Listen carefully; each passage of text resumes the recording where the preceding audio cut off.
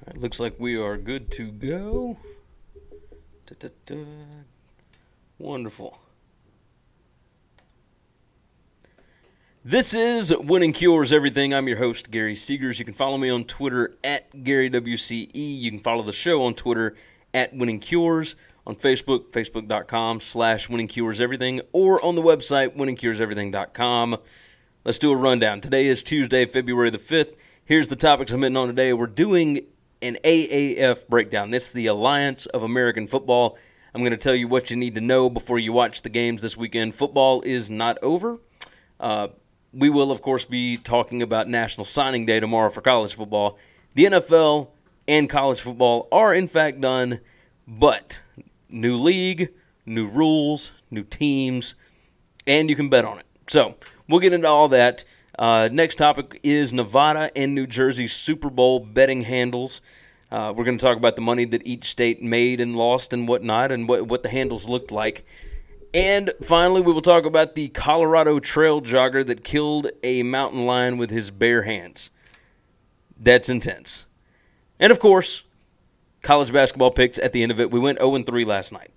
Has not happened a single time since I've been doing this. We're fixing that this evening. I got 7 picks for you. We're going to get back on the right side. We're still over 57% on the year. So 7 picks tonight. The show, as always, brought to you by Tunica, Mississippi, the South's premier sports gambling destination. 6 incredible sports books. You can go check them out over at tunicatravel.com. Let's jump in. AAF breakdown.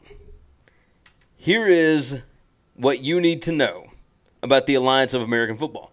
There's a ton of stuff. Obviously, you can go read all the articles. They are up at CBS Sports. They are up at everywhere else. We will probably post something before this weekend, but the weekend starts with Saturday night. There will be 2 games on. It's going to be regionalized, and I believe you can actually go watch the other one, whichever one is not in your region, over at Bleacher Report Live. And I don't know if that's an app or if it's just on the website, bleacherreport.com, but Bleacher Report is tied in with TNT and CBS Sports Network and all that. So the game in the Southeast region will be the Atlanta Legends at the Orlando Apollos, and Gary Danielson is going to be on the broadcast for CBS. And that starts at 7 p.m. on Saturday night. The rules that you are going to need to know. The play clock is only 35 seconds, so they took 5 seconds off of what the NFL does. There are no television timeouts during games, and they will have fewer commercials. They're trying to get games done in like 2.5 hours, which is interesting, especially for a smaller league. You know, you want as many commercials as possible, but I think that what they're going to do is the same thing that they do for soccer, right, where commercials pop up, you know, on other parts of the screen, etc. I'm curious to see how this works.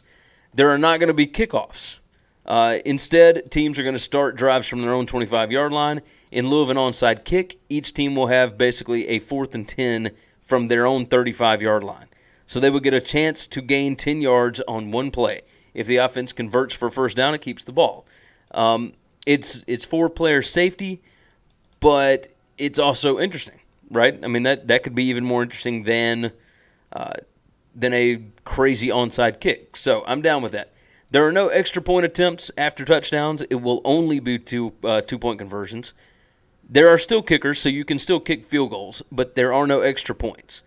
Overtimes to help keep games within a 2.5-hour time slot. There will be 1 overtime session. Each team starts with an offensive possession from the 10-yard line, and just like in regulation, 2-point conversions are required.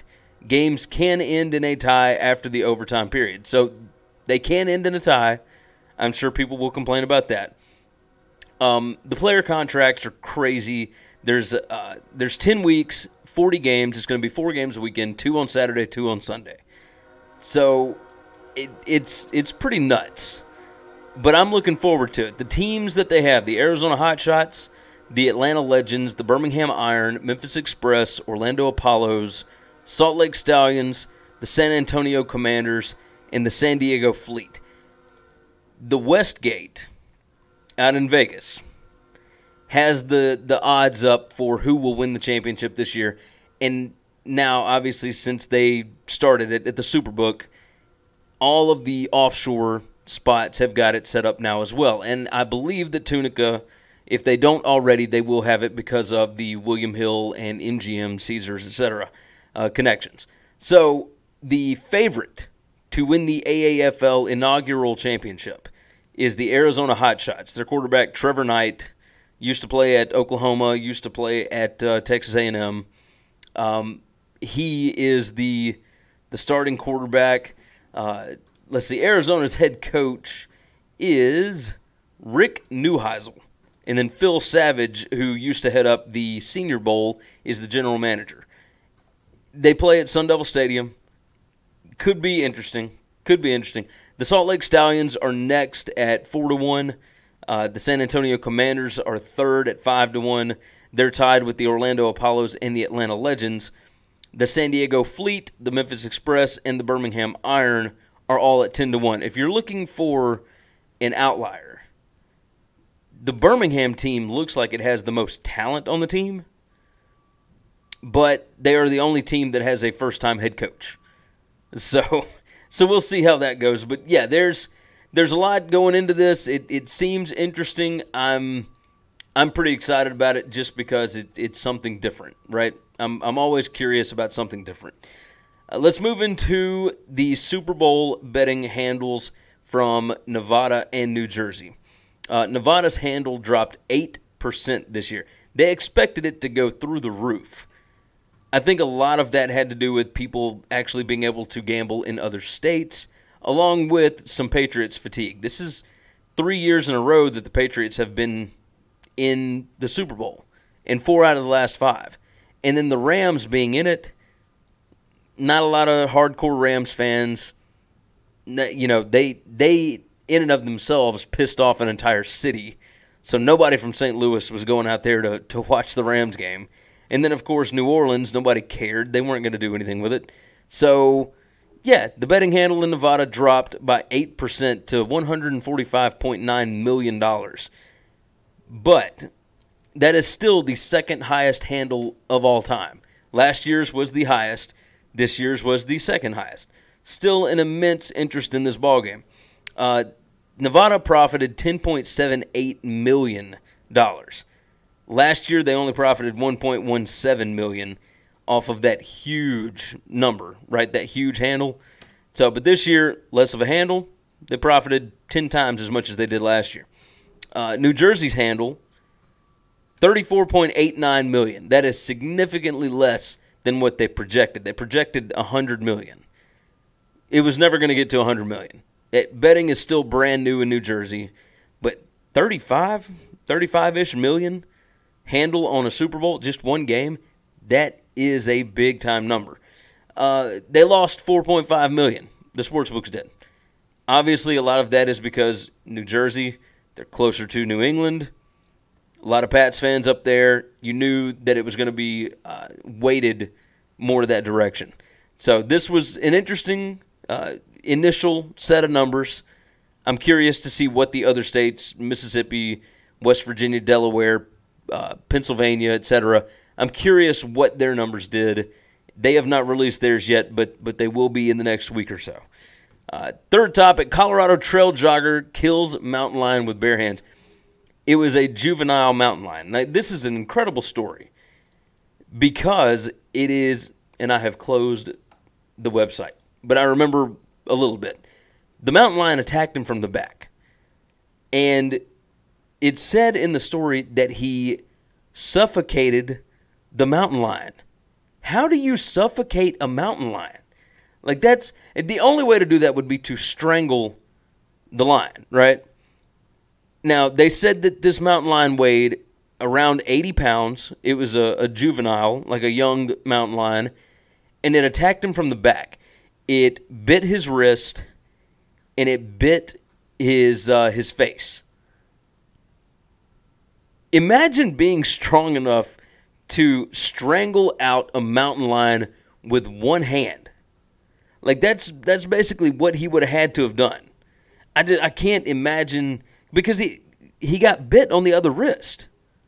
It's like you can only really use one hand. And that is, I mean, other level stuff. But this was in Colorado, so basically, you better be ready to fight for your life if you're going trail jogging in Colorado. You might want to be careful, I'm just saying.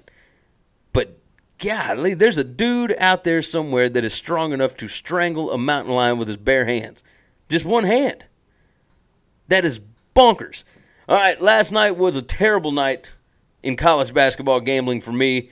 And for a lot of people that had Iowa State minus the 2.5 last night, the shot that should not have counted that Oklahoma hit.